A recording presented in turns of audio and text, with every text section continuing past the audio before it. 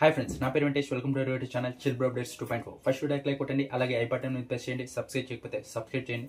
First వీడియోకి like కొట్టి చూడండి, కొట్టారు కదా. ఇంకా ఈ వీడియోలో మనం ఎవరు ఎలిమినేట్ అయ్యారో దాని గురించి మాట్లాడుకుందాం. ఇంకా రమ్య వచ్చేసి మనల్ని అందరినీ కెరీర్ మీద అయితే ఫోకస్ చేయమని చెప్పింది. మనం చేయలేదు కాబట్టి ఆమె కెరీర్ మీద ఆమె ఫోకస్ చేస్తూ బిగ్ బాస్కి అయితే వెళ్తున్నా అని చెప్పి వెళ్ళింది. ఇంకా వెళ్ళిన తర్వాత అక్కడ ఏమన్నా ఫోకస్ చేసి గేమ్ ఆడిందంటే లేదు, తన గేమ్ మీద ఫోకస్ వదిలేసి అవతల గేమ్ మీద ఫోకస్ పెట్టింది. వెళ్ళిన ఫస్ట్ డే నుంచినే అక్కడ ఎవరైతే బాన్స్ పెట్టుకున్నారో వాళ్ళని విడగొట్టడం మొదలుపెట్టింది.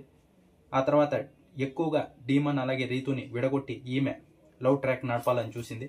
ఇంకా శనివారం నాకు సార్ వచ్చేసరికి బుజ్జి తమ్ముడు అని చెప్పింది అనుకోండి, అది వేరే విషయం.